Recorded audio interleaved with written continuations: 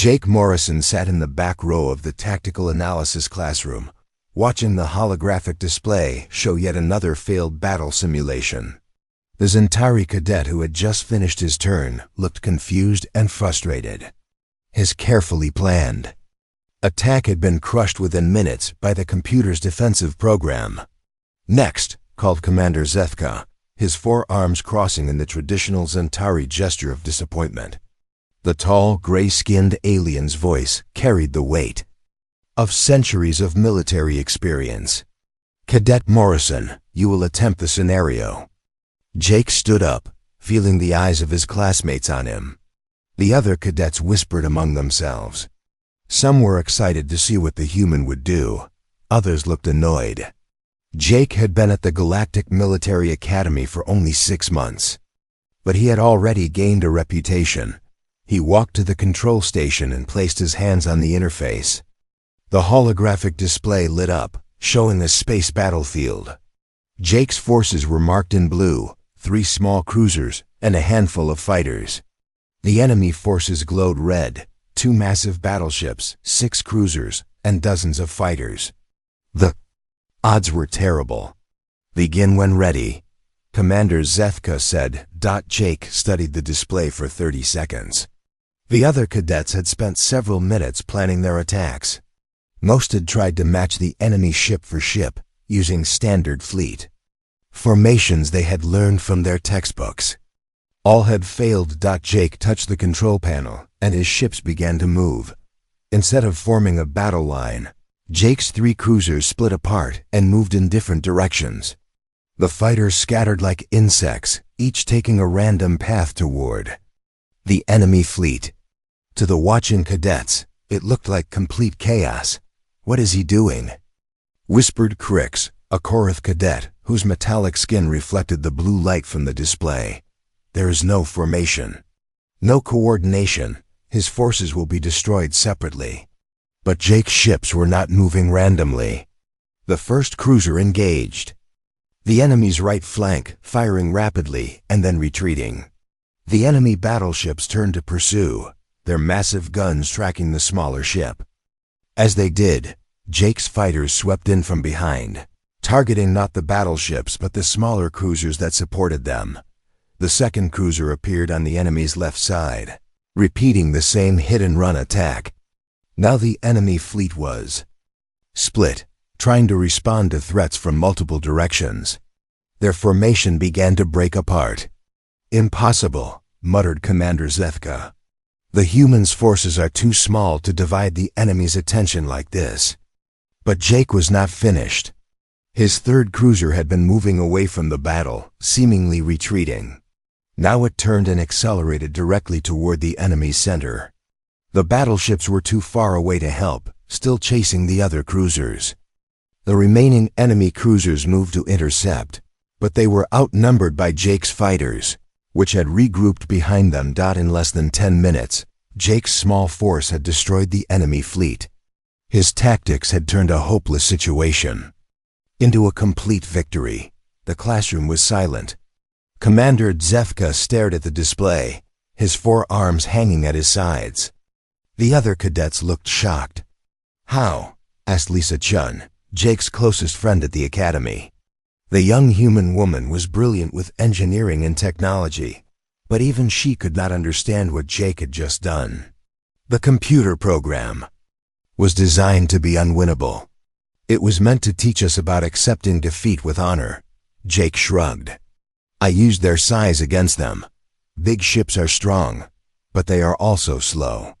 When they tried to chase my cruisers, they could not turn fast enough to help each other. I just kept hitting them where they were not looking." Commander Zethka approached the control station. "Cadet Morrison, this is the 5th simulation you have completed this week. In each case, you have achieved victory in scenarios designed to be impossible to win. Your methods are unlike anything in galactic military doctrine." "I just look for what the other side does not expect," Jake said. "Every enemy has weaknesses. You just have to find them and use them." "And where did you learn these tactics?" the commander asked. They are not taught in any of our courses. Jake hesitated. He knew his answer would sound strange. I read about human wars, sir. Old battles from Earth's history. Humans have been fighting each other for thousands of years. We got pretty good at it. The commander's large, dark eyes narrowed. You study primitive warfare to defeat advanced military simulations?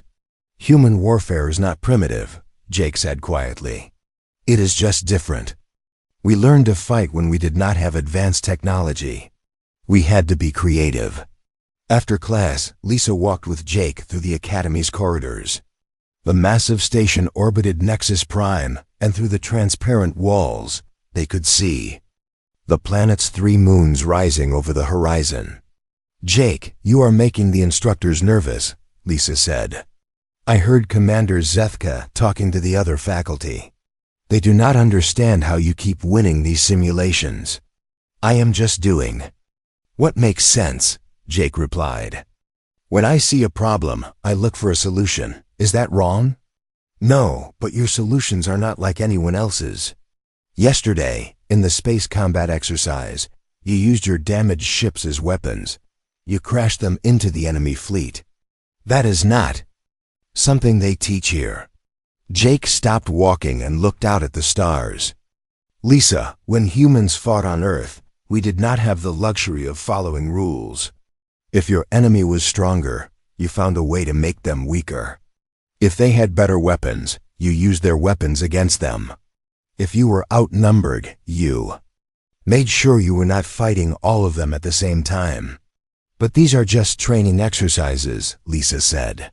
They are meant to teach us proper military procedure. Maybe, Jake said. But what if we face a real enemy someday? What if proper military procedure is not enough? What if we need to do something different to survive? 3 days later, Jake participated in the Academy's monthly fleet exercise. 200 cadets were divided into teams and given command of simulated starships. The exercise was meant to last several hours and test their ability to work together in large formations.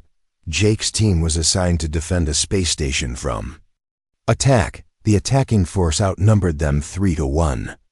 According to the exercise parameters, Jake's team was expected to hold out for as long as possible before eventually losing. Jake had other ideas. Instead of forming a defensive perimeter on the station, Jake ordered his ships to abandon it completely. While the attacking force moved in to capture the undefended station, Jake's fleet circled around and attacked their supply ships. Without fuel and ammunition, the attacking fleet was helpless when Jake's ships returned. The exercise ended in 47 minutes with a complete victory for the defending team. Within hours, Jake received a message ordering him to report to the Academy Commandant's office. When he arrived, he found not just the Commandant, but several high-ranking officers he had never seen before. Cadet Morrison, said the Commandant, an elderly villain whose pale blue skin seemed to glow in the office's dim light. Your performance has attracted attention from the highest levels of command. These officers are here to evaluate your methods. Jake looked at the assembled aliens. Their expressions were unreadable, but something in their manner made him uncomfortable. Sir, have I done something wrong? He asked. That, said one of the officers, a stern-looking Korith with silver markings on his metallic face, is exactly what we are here to determine. Admiral Korvac arrived at the Academy 3 days after Jake's meeting with the high-ranking officers. The Korith military intelligence chief was known throughout the galaxy as someone who solved problems that others could not understand. His silver skin bore the ritual scars of a veteran warrior, and his red eyes seemed to see everything. Jake watched from his dormitory window as the Admiral's ship docked with the Academy station. The vessel was sleek and black, designed for stealth rather than show. Other cadets gathered in the corridors, whispering about why such an important figure had come to their training facility. This is about you, is it not? Lisa asked, standing beside Jake at the window. Her voice was worried. They think you are cheating somehow. Jake turned away from the window. How can I cheat at thinking? I do not use any special technology. I do not have secret information. I just look at problems differently than they do. That might be exactly what scares them, Lisa said. The next morning, Jake was called to a conference room he had never seen before. The space was small and windowless, with walls that seemed to absorb sound. Admiral Korvac sat at one end of a metal table, his hands folded in front of him. Beside him sat a Velen woman with pale blue skin and large dark eyes. Cadet Morrison, Admiral Korvac said, his voice deep and measured. I am Admiral Korvac of Galactic Military Intelligence. This is Dr. Lyra Vos, our Chief Psychological Analyst.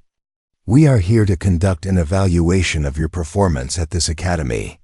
Jake sat down across from them, trying to appear calm. What kind of evaluation, sir? Dr. Vos leaned forward. Her species was known for their psychic abilities, and Jake could feel her mind touching the edges of his thoughts. It was not painful, but it was uncomfortable, like having someone look over his shoulder while he worked. We need to understand how you achieve your remarkable results, she said. Her voice was soft but intense. Your tactical solutions are unlike anything we have seen from cadets of any species. We must determine if you are receiving outside assistance. Outside assistance? Jake asked. From who? That is what we intend to discover, Admiral Korvac sighed. You will undergo a series of tests over the next week. These will examine your physical capabilities, your mental processes, and your knowledge base. Dr. Vos will also conduct psychological evaluations to ensure you are not being influenced by external forces. Jake felt a chill run down his spine. You think someone is controlling my mind? We must consider all possibilities, Dr. Vos said. Your performance suggests capabilities that should not exist in a cadet of your experience level. Either you possess some form of enhancement we cannot detect, or you are being aided by technology or entities unknown to us. The first test took place that afternoon in the Academy's medical facility.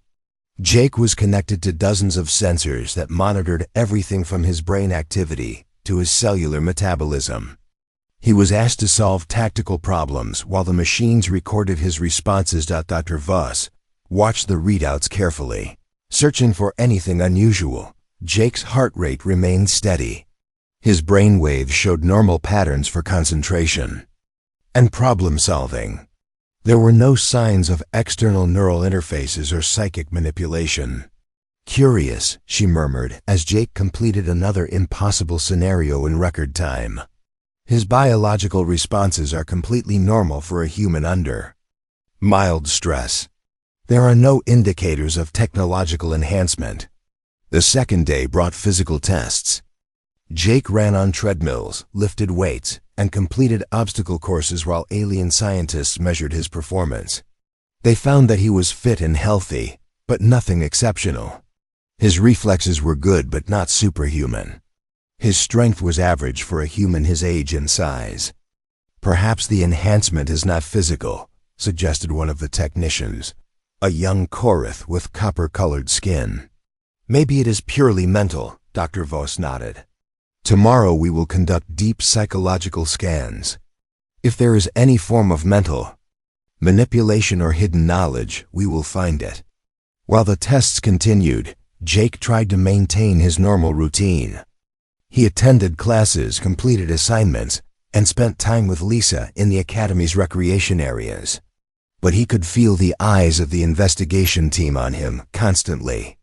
Other cadets whispered when he passed in the corridors. They are treating you like a criminal, Lisa said during lunch on the third day. This is not fair. You have done nothing wrong. Maybe I have, Jake said, pushing food around on his plate. Maybe being different is wrong in their eyes. Different is not wrong, Lisa insisted. Different is what makes you special. That evening, Jake received an unexpected visitor in his dormitory. Commander Zethka stood in the doorway, his forearms hanging awkwardly at his sides. The Zentari instructor looked uncomfortable. Cadet Morrison, May I speak with you privately? Jake nodded, and they walked to an empty study room. Commander Zefka closed the door and activated a privacy screen that would prevent anyone from overhearing their conversation. I wanted to apologize, the commander said. This investigation was not my idea, but I fear my reports about your performance may have contributed to it. You were just doing your job, sir, Jake replied. Perhaps, but I have been thinking about what you said in class. About studying human military history. I have done some research of my own. The commander paused, seeming to choose his words. Carefully. Your species has a very unusual relationship with warfare. Jake waited for him to continue. Most civilized species develop military doctrine based on honor, efficiency, and minimal casualties. We fight according to established rules that have proven effective over thousands of years. But humans appear to have developed warfare as a form of problem-solving with no predetermined rules. We fought to survive, Jake said. When your life depends on winning, you use whatever works. Commander Zefka nodded slowly. That is what concerns the High Command. They see your tactics as chaotic and unpredictable. They worry about what might happen if all humans think the way you do. All humans do think the way I do, Jake said quietly. That is what makes us human. The commander's eyes widened. Before he could respond, they were interrupted by an announcement over the Academy's communication system. Cadet Morrison, report to Psychological Evaluation Chamber 7 immediately. Jake sighed and stood up. I have to go. Good luck, Cadet, Commander Zefka said. I hope they find what they are looking for. The Psychological Evaluation Chamber was a sterile white room filled with advanced Velen technology. Dr. Vos waited. Inside, surrounded by machines that hummed with psychic energy. She gestured for Jake to sit in a chair connected to a complex array of sensors. This will not hurt, she said, but you may feel some discomfort as I examine your memories and thought patterns. I need you to remain as relaxed as possible. Jake closed his eyes as the machines activated. He felt Dr. Voss's mind probing deeper into his consciousness than before, searching through his memories like someone looking through files. She examined his childhood, his education, his relationships, and his dreams. Hours passed. Jake felt dizzy and exhausted as the examination continued. Dr. Voss seemed to grow more frustrated as time went on. Finally, the machines powered down, and she stepped back with a puzzled expression. I do not understand, she said, more to herself than to Jake. There is no sign of external influence, no hidden memories, no suppressed programming, no psychic manipulation.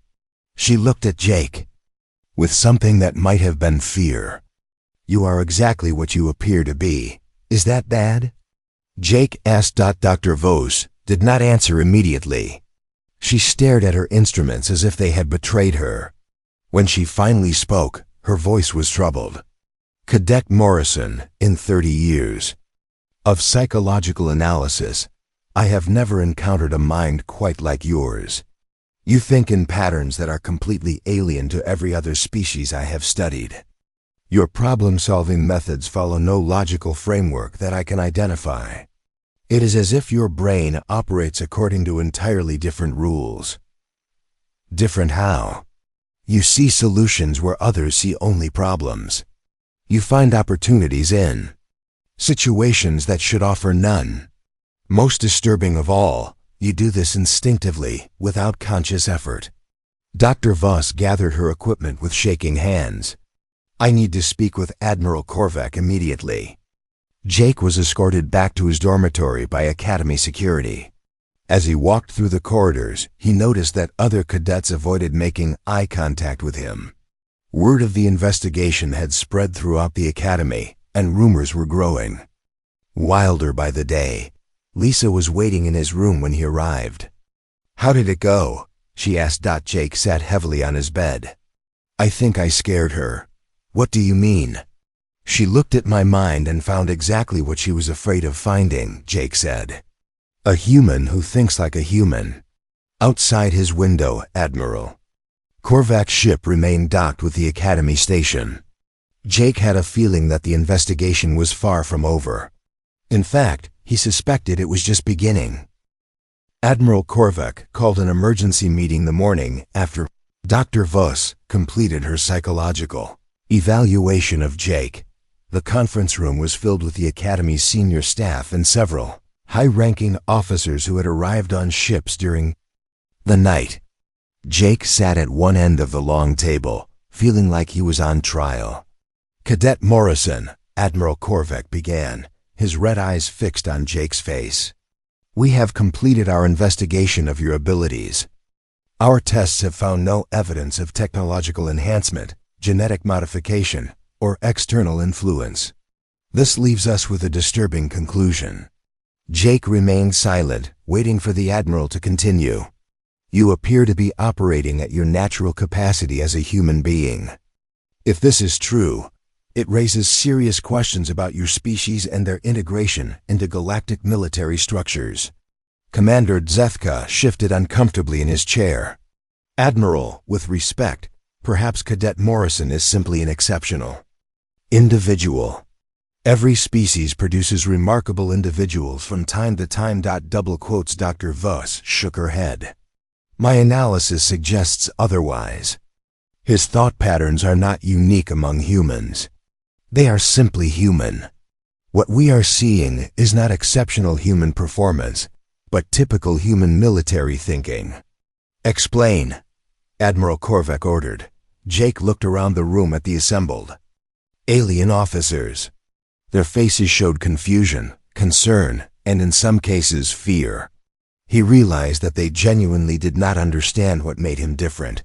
"May I speak, sir?" Jake asked. Admiral Korvac nodded. Jake stood up slowly. "You want to know why I fight the way I do? The answer is simple. I fight like a human because I am human. But I think you do not really understand what that means." "Enlighten us," the Admiral said coldly. Jake walked to the room's holographic display and activated it. A star map appeared, showing the territories of various galactic civilizations. Every species in this room developed warfare based on their nature. The Zentari are methodical and patient. They fight with careful planning and precise execution. The Velans use their psychic abilities to coordinate their forces perfectly. The Korath rely on superior technology and overwhelming firepower. He gestured to the display. All of these approaches work because they match how your species think and act. You fight wars the same way you solve other problems. "And humans are different?" Dr. Voss asked. "Very different," Jake replied. "Humans did not evolve on a world with one dominant intelligent species. We shared Earth with creatures that were bigger, stronger, and faster than us. We survived by being smarter, more adaptable, and more stubborn than anything else on our planet." Jake changed the display to show Earth's surface. For thousands of years, humans fought not just other humans, but nature itself. We learned to survive in deserts, jungles, frozen wastelands, and every environment you can imagine. We learned that the only rule in survival is that there are no rules. "This is ancient history," Admiral Korvac said.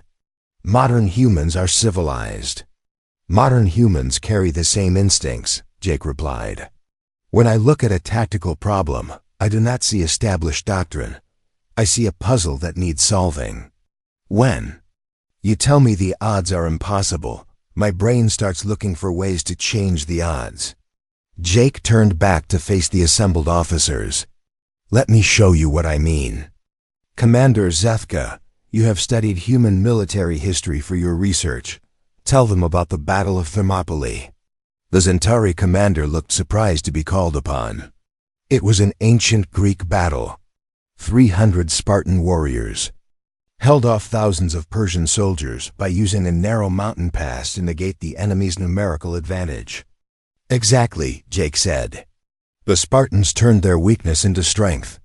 They were outnumbered, so they chose a battlefield where numbers did not matter. That is human thinking. One example does not prove a pattern. Dr. Voss said. Then let me give you more, Jake replied. Admiral Korvac, your people have surely studied the American Revolutionary War. How did colonial farmers defeat the most powerful military in their world? Admiral Korvac's metallic skin seemed to darken. They used guerrilla tactics. They refused to fight according to established rules of warfare. They adapted, Jake said. They could not match the British in traditional battles, so they changed the rules. They hit and ran. They used the terrain to their advantage. They turned their knowledge of local conditions into a weapon. Jake walked around the table, speaking directly to each officer. Human history is full of examples like this. David defeated Goliath with a sling because he refused to fight on Goliath's terms. Vietnamese fighters defeated technologically superior enemies by making the war too costly to continue. Pirates controlled the seas by refusing to fight fair. You speak of these tactics as if they are admirable, said a Velen officer Jake had not met before. They are dishonorable. They violate the accepted principles of civilized warfare. Jake stopped walking and faced the officer directly. Honor does not matter when your species is facing extinction. Principles do not help when your children are in danger. Humans learned long ago that survival comes first and everything else comes second. The room fell silent. Jake could see the officers exchanging glances. Their expressions troubled. Dr. Voss spoke first. Are you saying that all humans think this way?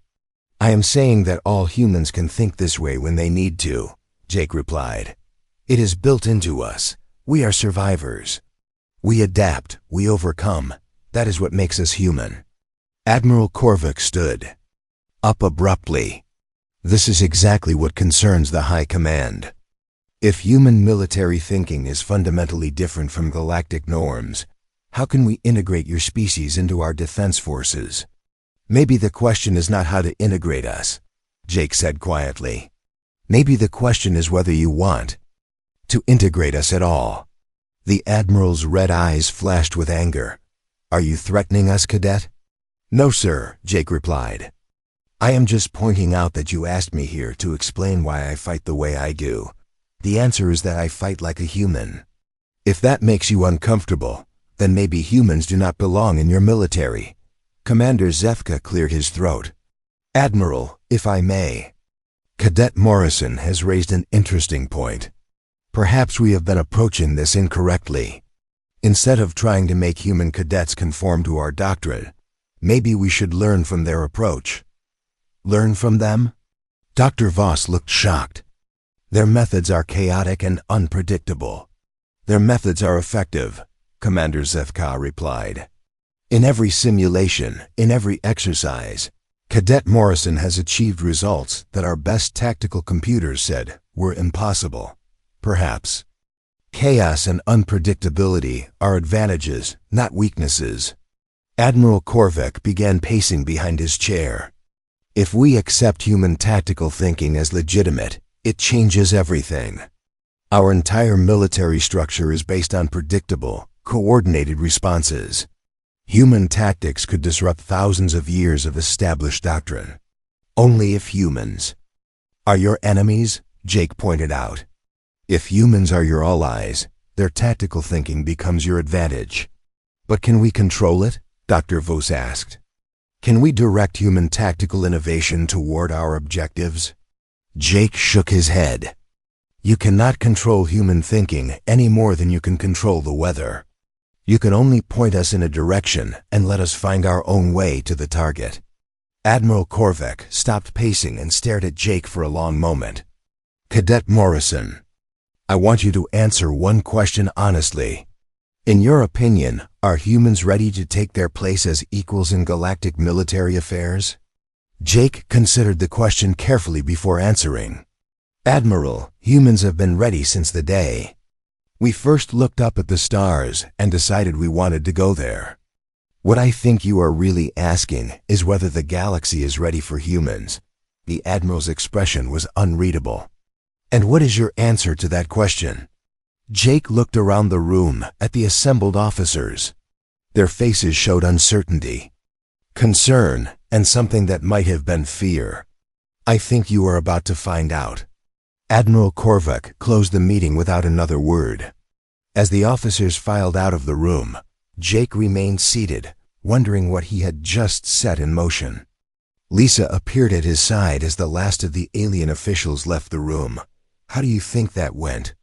she asked. Jake watched through the window as several ships undocked from the Academy and headed toward the hyperspace jump point. "I think I just told them something they did not want to hear." "Which was the truth," Jake said. "And sometimes the truth is more dangerous than any weapon." 2 weeks passed after the confrontation in the conference room. Jake continued his classes, but the atmosphere at the Academy had changed. Other cadets treated him differently now, some with respect, others with suspicion. The alien instructors seemed uncertain about how to handle him. Lisa found Jake in the observation deck late one evening, staring out at the stars. "You have been quiet since the meeting," she said, sitting beside him on the metal bench. "I keep thinking about what?" Admiral Korvac said, Jake replied. "About humans not fitting into galactic military structures." Maybe he was right. "You cannot give up now," Lisa said firmly. "You proved that human thinking has value. That should be something to celebrate." Before Jake could respond, the Academy's emergency alarms began sounding. Red lights flashed throughout the station, and the automated voice system announced a code red alert. All cadets were ordered to report to their emergency stations immediately. Jake and Lisa ran through the corridors toward the main command center. Other cadets were doing the same, their faces showing confusion and fear. Emergency drills were common, but this felt different. The alarms were too urgent, the staff too frantic. In the command center, they found chaos. Admiral Korvac stood at the central display, surrounded by Academy officers and communication technicians. The holographic screen showed a fleet of unknown ships approaching the Academy's position. "What is happening?" Lisa whispered to a Korath cadet standing nearby. "Pirates," the cadet replied, his metallic skin pale with fear. "They appeared out of hyperspace 20 minutes ago. Long-range sensors show at least 30 ships, including several captured military vessels." Jake pushed closer to the display to get a better look. The approaching fleet was a mixture of different ship types, clearly assembled from raids on various civilizations. But they were well coordinated and moving in formation. These were not random raiders. Commander Zethka noticed Jake approaching. "Cadet Morrison, you should return to your dormitory. This is not a training exercise." "How long until they reach US?" Jake asked, ignoring the order. "Approximately 1 hour," Admiral Korvac answered without turning around. "The Galactic Defense Force has been notified, but the nearest fleet is 6 hours away." Jake studied the tactical display. The Academy had defensive systems, but they were designed to protect against small raids, not a coordinated assault by 30 ships. The station's handful of training vessels were no match for military-grade pirate ships. "Admiral," Jake said, stepping forward, "what if we do not wait for them to attack us?" Admiral Korvac turned to face him, his red eyes blazing with frustration. "Cadet, this is not a simulation. Those ships carry real weapons. Our training vessels are not equipped for actual combat." "But they are equipped for training," Jake replied. "And training ships can be dangerous if you use them right."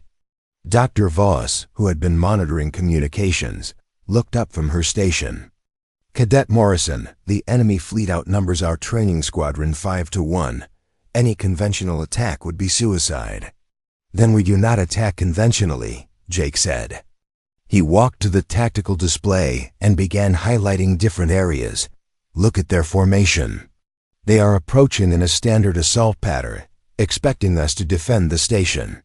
"But what if we do not defend the station?" Admiral Korvac's expression darkened. "Are you suggesting we abandon the Academy?" "I am suggesting we make them think we are abandoning it," Jake replied. The training ships leave the station and scatter in different directions, as if we are evacuating. The pirates will split their forces to chase us. Once they are spread out, we regroup and attack their command ship. Commander Zethka shook his head. That plan assumes the pirates will divide their fleet. What if they ignore the training ships and attack the station directly? Jake pointed to a section of the display. Then we make sure they cannot ignore us. We load the training ships with every piece of equipment we can find and ram them into the pirate fleet. Even training ships can cause damage if they hit the right targets. The command center fell silent. Every officer stared at Jake as if he had suggested something insane. You want us to use suicide attacks, Dr. Voss said, her voice horrified. I want us to use whatever works, Jake replied. Those pirates are expecting a traditional defense. They are counting on us to follow standard military doctrine. If we give them something unexpected, we might survive long enough for help to arrive. Admiral Korvac studied the tactical display for several minutes. Jake could see him weighing options, calculating odds, considering alternatives. Finally, the Admiral's shoulders sagged in defeat.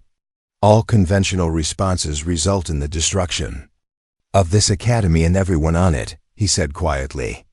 Cadet Morrison, you have 30 minutes to explain your plan to our pilots. The Academy's main hangar was filled with nervous energy as Jake addressed the assembled pilots. Most were senior cadets, with a few instructors mixed in. They listened as Jake outlined his strategy, their expressions ranging from excitement to terror. The key is timing, Jake explained, pointing to a holographic model of the battle space. We have to make them believe we are really running away. That means some of our ships will take real damage before we can regroup for the counterattack. A Velen pilot raised her hand. What if they do not fall for the deception? What if they see through our plan? Then we improvise, Jake said. The plan will not survive contact with the enemy anyway. Plans never do. But if we stay flexible and keep hitting them where they do not expect it, we have a chance. 20 minutes later, Jake found himself in the cockpit of a training fighter, part of a squadron led by Commander Zethka. The Zentari officer had volunteered to fly with the cadets, saying that if they were going to attempt something this insane, they needed experienced leadership. All squadrons, this is command. Admiral Korvac's voice came through the communication system. Enemy fleet is now 30 minutes out. Begin evacuation sequence. The training ships launched from the academy in what appeared to be panic. They scattered in different directions, sending desperate communication signals about evacuating civilians and preserving academy records. To outside observers, it looked like complete chaos. Jake watched his scanner as the pirate fleet took the bait. Just as he had predicted, they split their forces to pursue the fleeing ships. Their formation broke apart as individual captains rushed to claim prizes. Now, Jake whispered into his communicator, the scattered training ship suddenly changed direction and converged on the pirate command vessel. It was a massive ship, clearly built for intimidation rather than maneuverability. The pirate captain had positioned it at the center of his formation, expecting it to be safe while his smaller ships did the fighting. Jake's squadron hit the command ship from 3 directions simultaneously. The training weapons were not powerful enough to destroy it, but they caused enough damage to disrupt its communications and navigation systems. Without central coordination, the rest of the pirate fleet began to fall into confusion. Phase 2. Commander Zethka announced. The training ships that had taken the most damage during the initial retreat now served as weapons themselves. Packed with explosive materials from the Academy's engineering labs, they rammed into the largest pirate vessels. The explosions were not enough to destroy the ships, but they caused critical damage to engines and weapon systems. What followed was unlike any space battle in galactic history. Instead of orderly formations and traditional tactics, the engagement became a swirling melee of hit-and-run attacks, improvised weapons, and constant adaptation. Every time the pirates tried to regroup, the Academy ships would change their approach. Jake found himself separated from his squadron, pursued by 2 pirate fighters. His training ship was faster but less heavily armed. Instead of trying to fight them directly, he led them through the Academy's external construction areas, using the scaffolding and equipment as obstacles. One pirate ship crashed into a construction crane. The other became tangled in a web of cables and had to abandon pursuit. The battle lasted 47 minutes. When the Galactic Defense Force finally arrived, they found the pirate fleet scattered and largely disabled. 12 pirate ships had been destroyed or captured. The rest had fled into hyperspace. The Academy had suffered damage but remained operational. In the aftermath, Jake stood in the command center, watching as rescue ships collected survivors and salvage crews examined the wreckage. Admiral Korvac approached him, his expression unreadable. "Cadet Morrison," the Admiral said, "your plan saved this Academy and everyone on it." "It was not really a plan, sir," Jake replied. "It was just problem solving." Admiral Korvac nodded slowly. "Yes, I am beginning to understand that. Dr. Voss has completed her final report on her investigation." "Would you like to know what she concluded?" Jake waited. "She determined that you represent the standard baseline for human military thinking. Not the exception, but the rule." Admiral Korvac paused, looking out at the stars through the command center's windows. "This has profound implications for how we view humanity's role in galactic affairs." 3 months later, Jake graduated from the Academy with the highest honors in the institution's history. He was assigned to the Galactic Defense Force with a special commission to develop new tactical doctrines that incorporated human strategic thinking. But the real Chang